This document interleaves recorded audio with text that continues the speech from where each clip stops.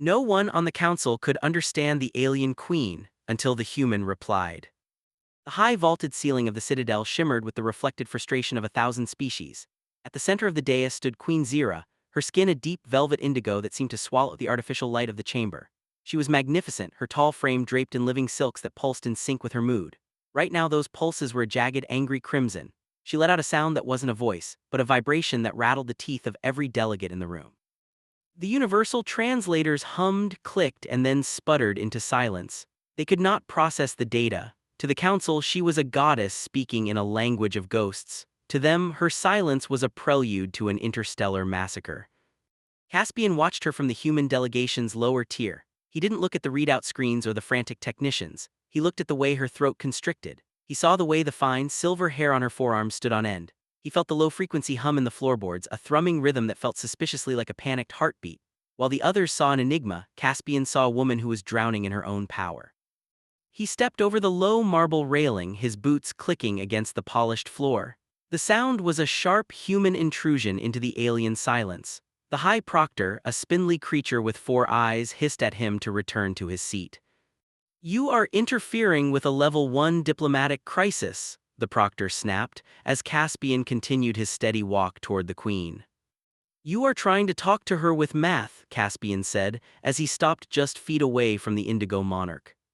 "She does not speak in equations," he added, turning his back on the council to face her. Zira froze. Her eyes were vast pools of liquid silver, lacking pupils but overflowing with a terrifying intelligence. She tilted her head and a wave of heat rolled off her skin, hitting Caspian like a physical weight. It was the scent of rain on hot stone and something deeper, something like musk in ancient forests. She reached out a hand, her fingers long and tipped with blunt, decorative talons. The council held its collective breath, expecting her to tear the human apart. Instead, she pressed her palm against the air, inches from Caspian's chest. The air between them shimmered. Caspian felt his own heart rate begin to climb, not out of fear, but in response to the magnetic pull she exerted. "I can hear you," Caspian whispered, his voice low and gravelly. "You are not asking for their territory," he said, watching the crimson light on her skin fade into a soft, questioning violet.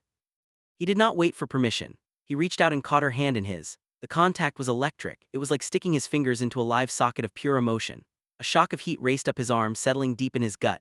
Zira let out a sharp, high-pitched gasp that echoed through the silent hall. Her fingers curled around his, her grip tight enough to bruise.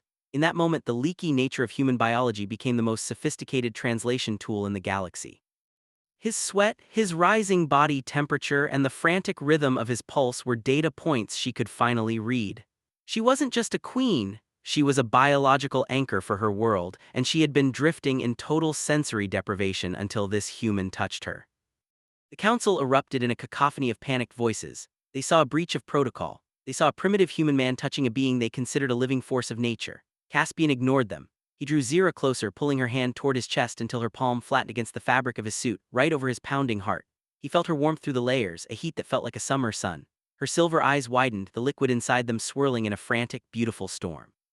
She stepped into his personal space, her taller frame looming over him, but there was no aggression in the movement. There was only a desperate, starving need for the grounding force he provided.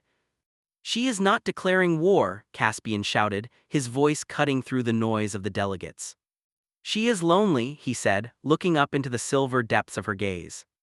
"Her people are a collective consciousness, and being here, surrounded by your cold machines and your sterile logic, is killing her," he explained, as Zira leaned her forehead against his. The twist was a physical blow to everyone in the room. The Xandari hadn't come to the council to negotiate trade routes or border disputes. They had come because their queen was failing, and without her their entire civilization would descend into madness. She needed a biological pilot, a species with enough internal chaos and physical resilience to act as a heat sink for her psychic energy. The council members, with their orderly, regulated minds, were useless. Only a human with his messy emotions and high-octane nervous system could survive the connection. Caspian felt her mind brush against his, a flood of images, sensations, and a raw, unadulterated desire that made his knees weak. Zira's fingers migrated from his hand to the back of his neck, her touch searing. She was communicating now, but not through words. She was sending him the sensation of 1,000 suns, the taste of nectar, and the heavy, thrumming weight of a desire that had been bottled up for centuries. Caspian groaned, his head falling back as the sensory overload hit him. He wasn't just translating for the council anymore. he was becoming the conduit for a queen's soul. The council watched in horrified fascination as their most feared adversary began to nuzzle the neck of the human ambassador, her indigo skin glowing with a soft, bioluminescent gold that signaled total submission and absolute union. "We need a private room," Caspian managed to say, his breath coming in short, ragged hitches. "Now," he added as he wrapped his arms around her waist. The High Proctor gestured frantically to the guards. They were led out of the chamber and into a secure, darkened suite overlooking the sprawling city ship.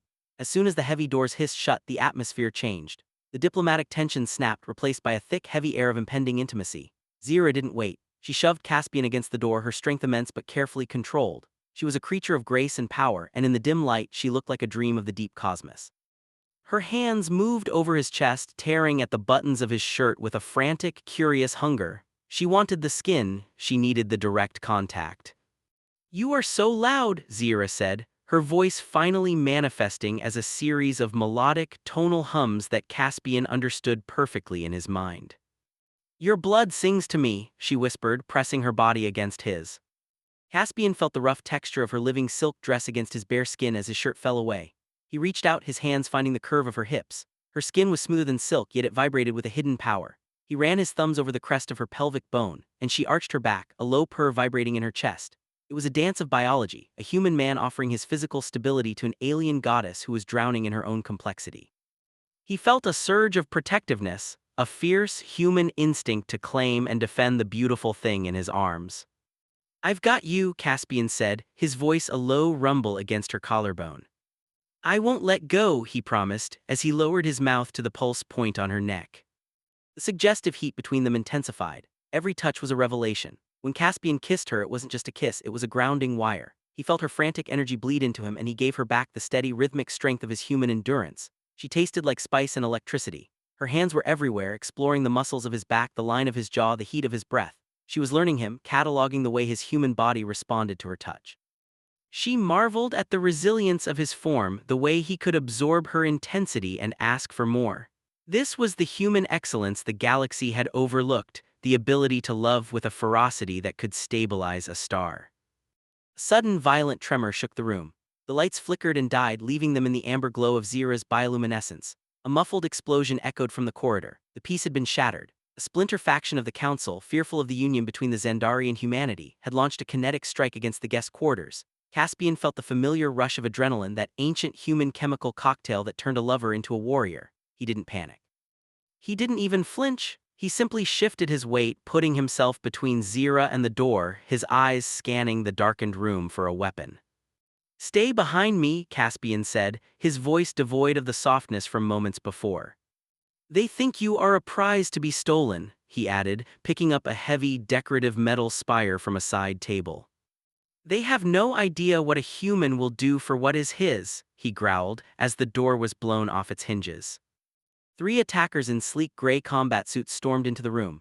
They were crawlers, efficient, cold-blooded mercenaries with neural dampeners. They expected to find a dazed queen and a terrified diplomat. Instead, they found a shadow. Caspian moved with a speed that defied their scanning tech. He didn't use a blaster, he used the sheer raw physicality of his species.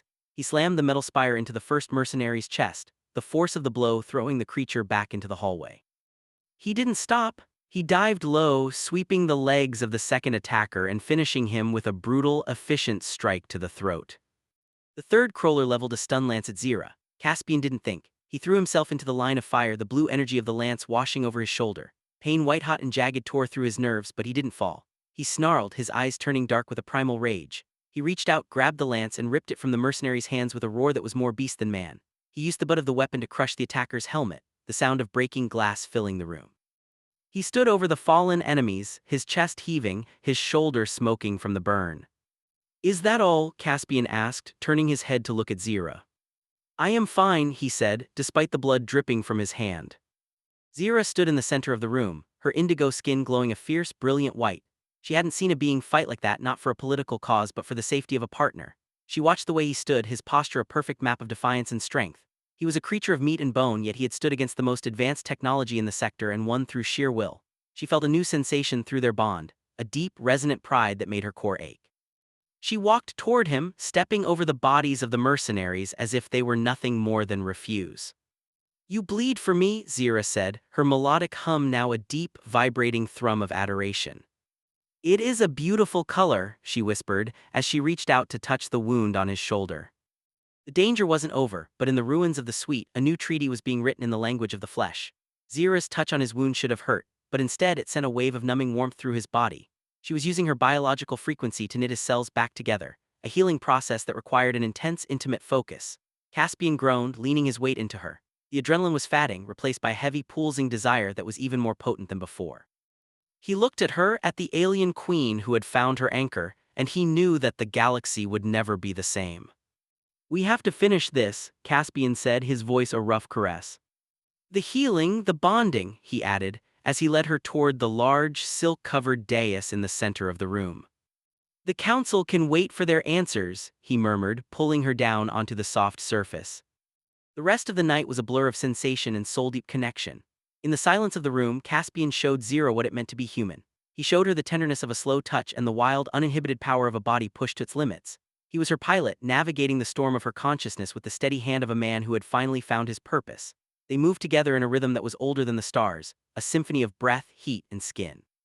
Every time she threatened to drift away into the vast, cold collective of her species, he pulled her back with a kiss or a sharp, grounding command.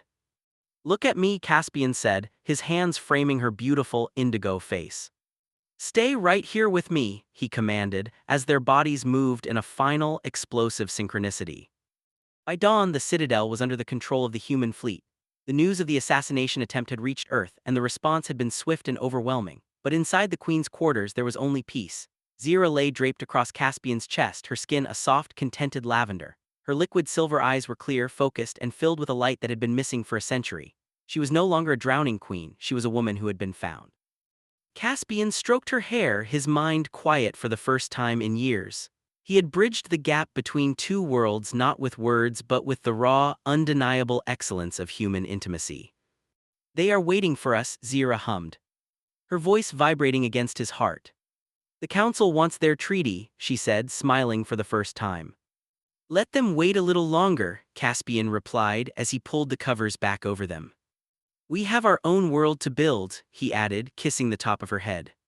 The Treaty of the Flesh, as it would later be known in the historical archives, was the most successful peace agreement in galactic history. It wasn't based on trade or defense, but on a biological partnership between two species that perfectly complemented one another. Humanity became the guardians of the Xandari, the grounding force that allowed their civilization to thrive without losing their minds to the void. And at the heart of it all was Caspian and Zira, the human ambassador and the alien queen who proved that the most powerful language in the universe wasn't spoken or written, it was felt. You changed everything, the High Proctor said months later as he watched the two of them walk through the council gardens. I didn't do anything, Caspian said as he squeezed Zira's hand. I just listened, he added, watching the way the sun caught the silver in his queen's eyes. The galaxy had always feared the Xandari for their power and the humans for their unpredictability. Together they were a force that no one dared to challenge. But for Caspian and Zira, the politics were just a backdrop to the quiet, intense reality of their life together.